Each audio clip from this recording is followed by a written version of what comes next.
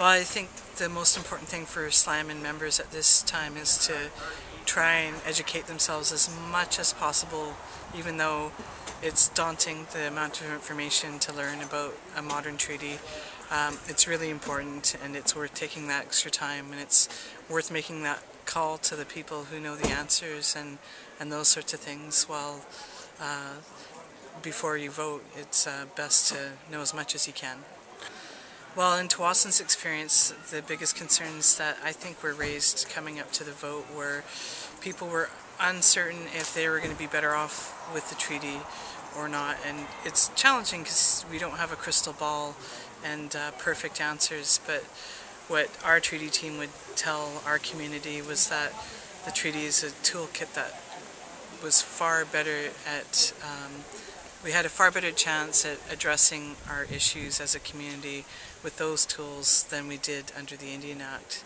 So there's lots of concerns about some of the myths that were circulating about the what would happen after a treaty, what would or wouldn't happen, what the actual deal was.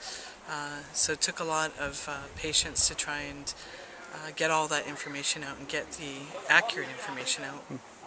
I'm very sympathetic to what Tla-amin's going through right now. It's very important discussions to have as a community.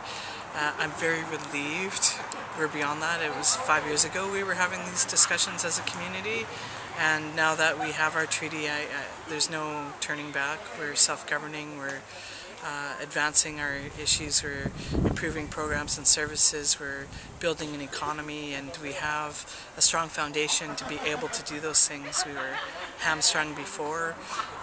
Still a long road to hoe for us, but like I said, we have better tools to try and reach the objectives we set for ourselves as a community. Well, I think we need to remember that we are resilient as First Nations people and that we are capable of looking after ourselves. And when you're thinking about your future, you need to envision what you want, not just what you don't want, and think about how we're going to improve our community, how we're going to make our family stronger, and what are realistic opportunities to do that.